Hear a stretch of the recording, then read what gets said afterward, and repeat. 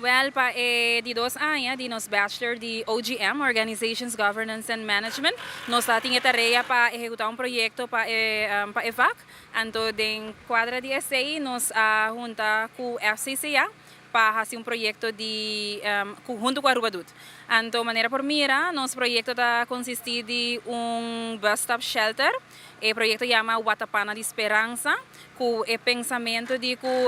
esse aqui é o primeiro passo, a esperança que tem para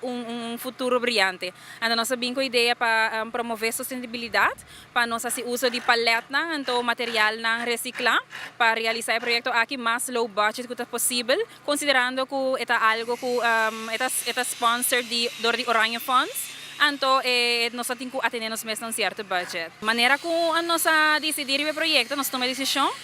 Nós começamos a buscar voluntário, não por sign up por meio do website, qual nós ganha algum, pero nós temos reto inicialmente também para ganhar mais pessoas. Nós reparar que não é fácil, por exemplo, um viernes, quizás para ganhar pessoas não para volunteer, pero maneira como eu mencionar a ideia na ser limar a decidir para esse projeto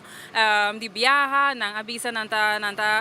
percorrer para ajuda, busca volunteers também conosco, não a maneira por mira, não a binco palet como ku nanta recebi diferente palet ku guardo tira a fo nang tambe bingku nang baki di sushi nang pone essa aqui disponível também por cierto até com Jamars, então eu nós decidi também de ampliar o projeto mais em vez de just bus stop shelter com habitante na região a Hopi bom né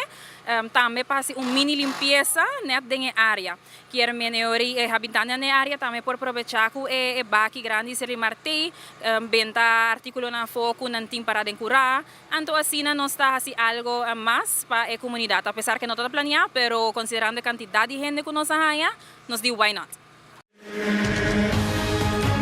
Essa aqui tá é a Rubiano, o website